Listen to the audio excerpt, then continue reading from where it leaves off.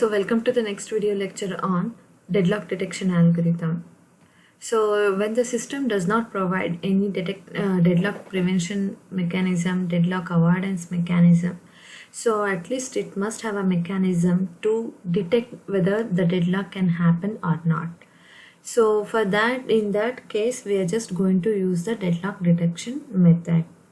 So what is a deadlock detection method? It's an algorithm that examines the state of the system to detect whether a deadlock has occurred or not. So once we just detect there is a deadlock, so the system also provides some recovery methods in order to just overcome from the deadlock. So this recovery methods we are just going to learn in the next section. So right now we have the deadlock detection. So it is used when none of the prevention method or avoidance methods are provided in the system. So how the deadlock detection works? So deadlock detection can be just deployed on two examples or on two ways. One is for that deadlock detection method for single instance of resource type, and the next is that it could be also deployed on a system which has a multiple instances of resource type.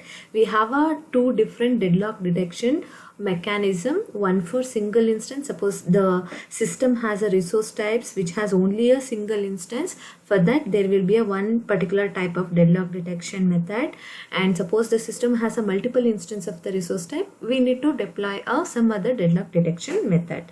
We'll see what are the methods available for single instance first. Single instance for of each resource type. For this, how the deadlock detection works, we need to just check out. So this requires the creation and maintenance of wait for graph, which is a variant of resource allocation graph. Means, so the deadlock detection for the single instance is just going to work on the basis of wait for graph. What is a wait for graph? So this is nothing but it's similar to the RAG, that is resource allocation graph, with some modification. What is that modification? So this modification, when we just do that, the graph whatever we get, that has, by removing all the resource nodes from the resource allocation graph and collapsing the appropriate edges, we could just derive the wait for graph. So remember, in the single instance method, we are just going to detect the deadlock using a wait for graph. Wait for graph is a variant of RAG. So this can be just obtained by removing all the resource nodes from the resource allocation graph and collapsing all the appropriate edges between the processes and resources. So that finally we are just going to have only the nodes which represents the process in the graph, because we had removed all the resource nodes from the RAG. Now we could just say that in the wait for graph there would be a edge from Pi to Pj. So only if there is a edge from Pi to Rq and Rq to Pj in original RAG. So in that you could just remove RQ in the mid of Pi and Pj, and you could just have a straight line from Pi to Pj that would represent there is a process Pi which is waiting for the resource held by the Pj. So that is what the meaning of this. So edge from Pi to Pj in wait for graph implies that process Pi is waiting for the Pj to release the resource that Pi needs. So it in the wait for graph there is a edge from Pi to Pj only if there is a edge from Pi to Rq and Rq to Pj in a original RAG, that is resource allocation graph. So we have one simple example here. So this is the original RAG. From this we need to get to know what is a wait for graph. So to get the wait for graph, remove all the resources and we need to just collapse all the edges between the processes now. So there is a edge from P1 to P2. So only if P1 to P2, only if there is a edge from P1 to particular resource type and from that particular resource have been already allocated to P2. So we have in the original graph, so you just remove R1 and get the direct edge from P1 to P2. So and in the same way, we have to have a edge from P2 to P5 only if there is a in the RAG P2 to R3 and R3 to P5. So this can be just replaced by having a direct edge from P to P5. And also we can also just have a one edge from P2 to P3, because in the original RAG we have this way. So again we can also just draw the direct edge from P3 to P4, P3 to P4 in weight per graph. So because we have from P3 to R5, R5 has already given to P4. So that can be drawn directly by removing this. In the same way, we could just also draw the edge from P4 to P1, P4 to P1, because P4 is requesting for R2 and R2 have already been given to P1.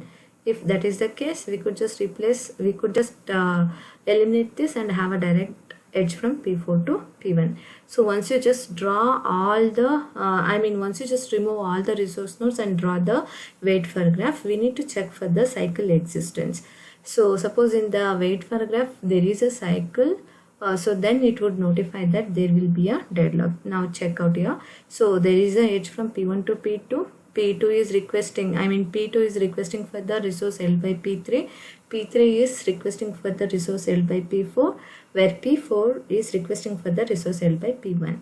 So in this case there is a cycle. So by this simple way we could detect a deadlock using this weight per graph. This is for single instance. So now let us see how the deadlock detection algorithm works for the system which has several instances of each resource type. So for this, variant of Banker's algorithm is used. So data structure used under the Banker's algorithm version 2 has only 3, that is available vector, request matrix and allocation matrix. So we all know what are the meanings of these data structures. In the original Bankers we had 4 data structures: available, max, need and allocation. Here we have only 3: available, request and allocation, where available would represent so how many instances of each particular type are available. So request would indicate that request. So request is n cross m matrix that indicates the current request of each process. So instead of having a need, we have a request here. That is the small difference. So need, that was representing the maximum need in the future. In the same way, request is also just representing the current request of each process. So here we do not have any max matrix. So both have been replaced with a single one, that is request. So if you say request of ij is equal to k, this would represent that pi is requesting k more instances of resource type rj. So where we have the next matrix, that is allocation matrix, which is also of size n cross m. So if you say allocation of ij is equal to k, this would tell that pi is currently allocated k instances of type rj. So in the same way what we had in the Banker's algorithm, we need to maintain the row of allocation matrix and row from the request. If you say the allocation ith row from allocation matrix, it would tell that the resources currently allocated to that particular process pi. Request I would represent the number of resource types it is asking for or it is requesting for, that is of pi. Pi is requesting for. So that is for calculation sake. So now we'll see how the detection algorithm works. So algorithm has the same steps what we had in the original Banker's algorithm. So we need to just have a work which got initialized to availability. We need to maintain also the finish vector who holds the flags for setting whether they have finished or not. So initially all will be 0, that would indicates false. So that tells that none of the processes have finished it. So now we need to find the process in such a way that finished state of that process must be false and request of that process must be lesser or equal to work. So request is just requesting whatever the resources available. So if they are available, we need to allocate the resources for him and let him complete the job. Once he has just done that, he is just going to release all the resources allocated for him. So once he just release, so that will be added back to the available vector. So that new available or work in this case. So work would be the previous available plus, so that got released from process I. That is the allocation of I. So once is just released all the resources, so set the finish of I to true, and this will be repeated until all the processes get done. So now fourth step says that there in the original Banker's algorithm we were used to find out the save sequence, but here we are just going to just check that is finish of I for all I in the vector are set to true. If any one process or if any I which is still false, we are just going to say that that process have deadlocked. So that is the small difference between the original Banker safety and this. We do not call it as safety algorithm. This is just the deadlock detection algorithm. So we are just going to say, instead of save sequence, we are just going to say if I is still false, so that particular process is deadlocked. So we'll see one simple example for deadlock detection algorithm. So let us just consider a system so in which we have 5 processes and 3 resource types, where A type has 7 instances, B type has 2 and C type has 6. So we need to just run the variant of Banker's algorithm, that is the deadlock detection algorithm, to detect so which all the processes have deadlocked. So if none of the processes deadlocked, you could just say that system is safe. Now these are the given data, so allocation matrix and the request matrix and available. So if the available is not given, you know how to calculate the availability. Just add up all the A type that have been allocated to any all the processes. So 2 plus 3 plus 2, that is 7. So out of 7 have allocated, so 0 are available. In the same way B type, so you have 1 plus 1, 2 have already allocated and you have 2, so 0 left out. So in the same way C type, so 3 plus 1 plus 2, that is 6. We have out of 6 already have been allocated and 0 left, 0 availability. So this request would represent the current request from each of the processes. P0 request is 0, 0, 0. P1 is requesting for 2 instances of type A, 0 instance of type B, 2 instances of type C, so and so on. Let us run the Banker's algorithm, that is the deadlock detection algorithm for this problem. So let us begin with the P0 now. So P0 got selected, where work will be initialized to available, that is 0, 0, 0. So we need to just check out, so request of each processes can be satisfied with the available resources or not. So let us check what is the request of P0. P0 request from the request matrix is 0, 0, 0. Is it lesser or equal to the availability? Yes, it is true. If it is so, I have to allocate the resources for him. Let him to just finish the job. Once he's just done that, so he's just going to release all the resources, so that new availability will be availability plus the currently allocated resource from the P0 will be released and it will be added back to the previous availability. So that it would be 0 plus 0 plus 0 plus the allocation of 0 was 0, 1, 0. He has to release all these instances, so that will be added up and the new availability becomes 0, 1, 0. So we need to just check, we need to just set the false to true because he got successfully finished and he will become the safe sequence. I mean, we need to just add P0 to the safe sequence. Now let us just move to the next, that is I is equal to 1. So see here, we do not need to just carry all the safe sequences over here, but still we are just maintaining just for the sake of to know what all the processes got finished successfully. So now move to the next process. So I becomes 1. So we are selecting the P1 now, where the work would be 0, 1, 0. So we need to just check out P1's request, is it lesser or equal to the available resource. So the request 1 from the request matrix says that 202 is the request of P1. P1 is requesting for 202. Is it lesser or equal to availability? So no, because he is requesting for 2 instances of type A, but available is only 0. So we could not serve even if one instance does not holds good. So this becomes false. We have to move to the next process, select the P2. So work will be not got updated. It returns with the first process only. 0, 1, 0 will be the work. and we need to just check with the request of P2. So what is the request of P2? It is 0 0. He is requesting for 0 0 0. Is it lesser or equal to availability? Yes. All the three instances holds good. It is true now. So allocate and release. So that new availability become 0 1 0 plus allocation of 2. What is allocation of 2? It is 3 0 3 from the allocation matrix. So add it. New updated available would be 3 1 3. Add P2 to the sequence. And also set finish of P2 to true. So now let us just go back to the third process, or the P3 process. So from the previous step, so availability would update it to 313.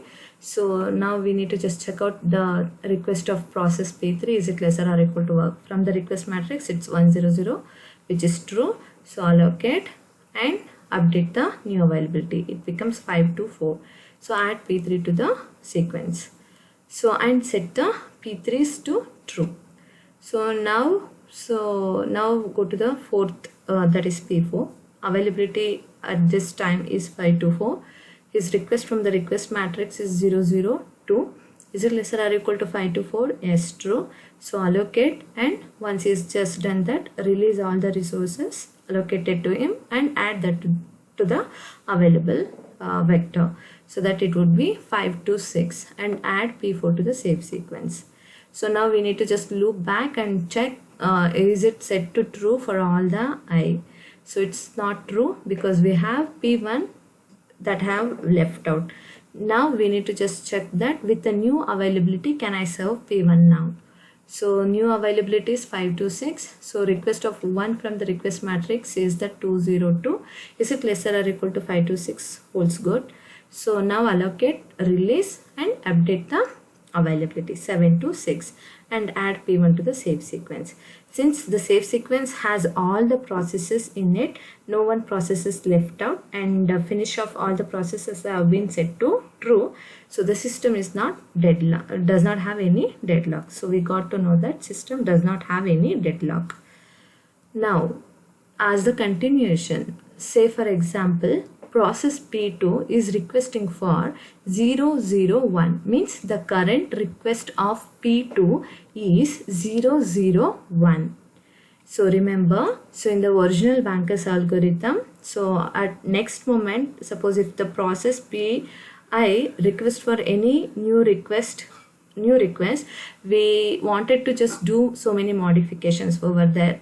So we had to just do the allocation, new need, so everything was just calculated. But here only the request matrix, that particular row will be updated, that's it. So all allocation available will be same. So now since P2 is requesting for the new request, so it is R2. R2 is nothing but request of process P2 right now is 001. Update only this row. So P2's request row or request information now would be updated to 001 at this time. Now for this new request matrix, we need to run again the detection algorithm to check now can it be in a safe state or not. So make the changes only to the request matrix, remember that. So now run the detection algorithm again. So select the P0. So initialize the work to the availability. So availability in the previous matrix or from the previous data, it was 000 only. Check with the request of P0. 00 lesser or equal to 000 is true. So allocate, release, update the availability. Set false to true. So go for the next process 202. So the request of P1 is 202. Is it lesser or equal to the availability?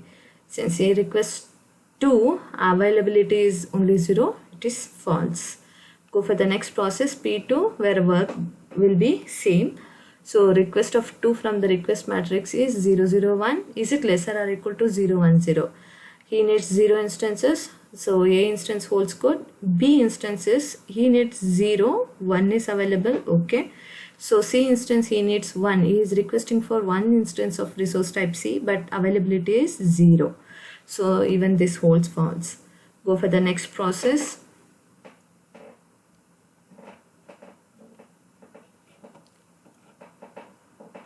go for the next process. So request 3.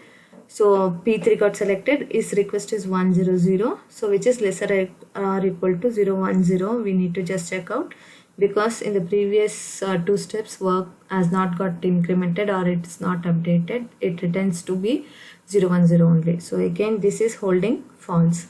Check for the next process, that is P4. Is request is 002 lesser or equal to the work. Even this is false. So when you just loop back also, it's of no use, because with the not updated work or with the available resources, we could not serve the request of any of the processes except P1s. So what you can just conclude? You can just conclude by saying that the system becomes deadlocked. So there are no sufficient resources available to fulfill the other's request. So what is the result? So deadlock exists containing the processes P1, P2, P3, P4, because only P0 was successfully done. So these fellows are not making to be successfully executed. So these are the processes that have raises or that have made the deadlock to happen. This is the result, not the safe sequence. I mean, not the order, we need to just say. So instead we need to just say that which all the processes that actually constituted the deadlock to happen. So that is how the deadlock detection algorithm works.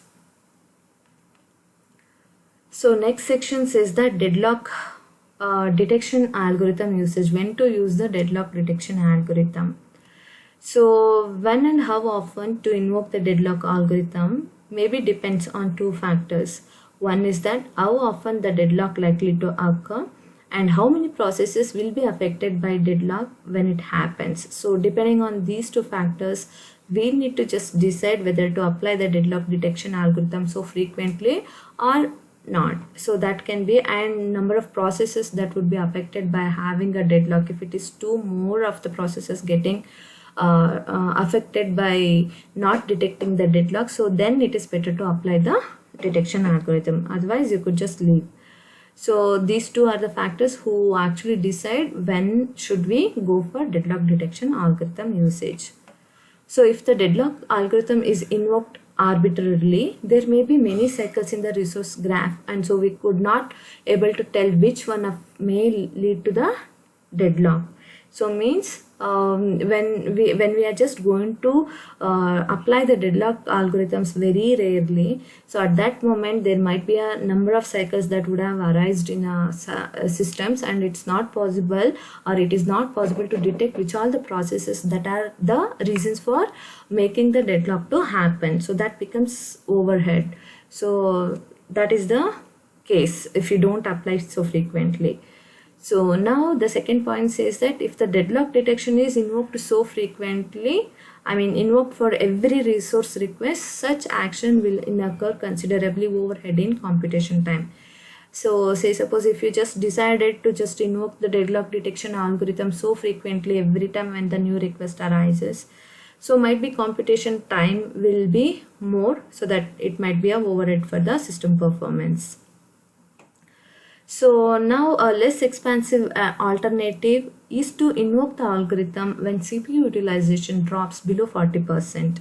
So the better idea when to apply the deadlock detection algorithm is not so frequently, not so rarely, but when the CPU utilization just becomes the lesser performance, that is below the 40%, then it is always better to deploy the deadlock detection algorithm. So next method is deadlock recovery method. So what is a deadlock recovery? So we got to know that so when none of the prevention and avoidance algorithms are not used, you should have a deadlock detection algorithm. So once you just detect the algorithm, we need to have a mechanisms for recover from the deadlock happened. So there are 2 ways in which we could just recover from the deadlock. The one is that simply aborting one or more processes to break the circular wait, or we can just preempt some resources from one or more of the deadlocked processes. These are the 2 ways in which we could just recover the deadlock. So when we just abort the processes, so that is nothing but aborting is nothing but process termination.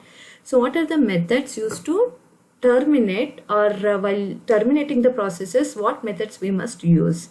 So there are two methods to be deployed under process termination. One is that either you just abort all deadlocked processes together, otherwise abort one process at a time until the deadlock cycle is eliminated. These are the two methods. So in the first method, so it is just going to break the deadlock, so by just aborting all the processes.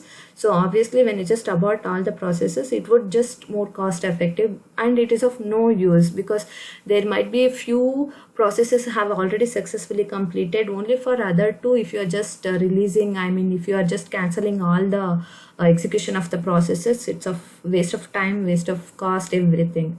So next method says that abort one process at a time until the deadlock cycle is eliminated. So this approach seems to be a good, because you could just keep on aborting the processes one by one, so that until you just recover from the deadlock. So that would be better than the first method. So while aborting the processes, there will be a several factor which is just going to matter, because so we need to just take care entire performance of the system while just terminating the processes. What might be those factors to be considered? So while terminating, you have to just consider what is the priority of the process, whether are you just going to select the higher priority processes or the lower priority processes to abort. So next factor would say that how long has the process run so far and how much longer will the process need to run before completing its task. Means suppose if you are selecting a process, it is almost completed. If you have choose such process, it's of no use, because it is almost going to finish its job. So that would matter when you select such process. The third factor would say that how many and what type of resources has the process used. Means depending on the resource what he needs, so even that actually matters while selecting the process to be terminated. The next factor say that how many more resources does the process need in order to finish its task. So the next is how many processes will need to be terminated. So deciding how many processes to be aborted also matters. Is the process interactive or batch? So always, so while choosing the process, we need to just check out whether they are the higher priority jobs like interactive jobs, or the low priority jobs like batch processes. So depending on the priority of them, we have to just choose the processes. So these are the few factors which would may actually affect choosing of the processes while terminating. So next is that resource preemption. The next method is that preempting the resources. We had two methods, right? One is that aborting and other is preempting. Under aborting, these are the methods. Under preemption, with this approach, we successively preempt some resources from the processes and give these resources to other processes until deadlock cycle is broken. So as the name itself indicates, that resource preemption, we have to just preempt the resources from the some processes and try to just give those resources to some other, so that at least it could be just finished. Say suppose you have one process P2 which has got deadlocked. So try to just preempt the resources from P1 and allocate that to the P2 and check out, can I just go with the deadlock avoidance. If it is so, just preempt such processes resources. That's good idea. So the next point is that when preemption is required to deal with the deadlocks, there are three issues need to be addressed. One is always, so whom to be selected to preempt the resource. That means selecting a process as a victim. The next is that rollback. The third issue might be starvation. These are the three issues always we face, always we need to consider whenever we are just going to preempt the resources from the process. So what is the selecting a victim? Which resources and which processes are to be preempted? Always, so while choosing a process whose resources to be preempted, we need to just take care in such a way that which process has to be selected. So roll back. If you preempt a resource from a process, what should be done with the process? So whether he has to terminate it or where he should be, because maybe the process is almost in the midst of updating the data to others or doing something. So if you're just going to disallocate all the resources for such processes, where he has just to go, So we always have to make a checkout that at least when I just going to preempt the resources from that particular type of processes, so that process should be in a safe state. Suppose if it can be in the safe state, then you can just choose that process as a victim. So now the third point says that starvation. So how do we ensure that starvation will not occur? Because every time if you are just going to choose a same process as a victim, so that process might get the starvation problem, because every time you are just going to choose that process to preempt the resources from it. So he could not finish his job. So starvation might happen or might appear for such processes. So these are the three these are the three things we need to just remember under resource preemption. What is the solution for this, for starvation? So starvation can be just avoided by including the number of rollbacks in the cost factor, and it must be finite number of times only. Means, so instead of just allowing the process to be selected as a victim for infinite time, just make it as a make the rollbacks to be a minimum number or finite number, so that he cannot be just chosen as a victim for the next rollback. So next, so this actually completes the deadlock. Thank you.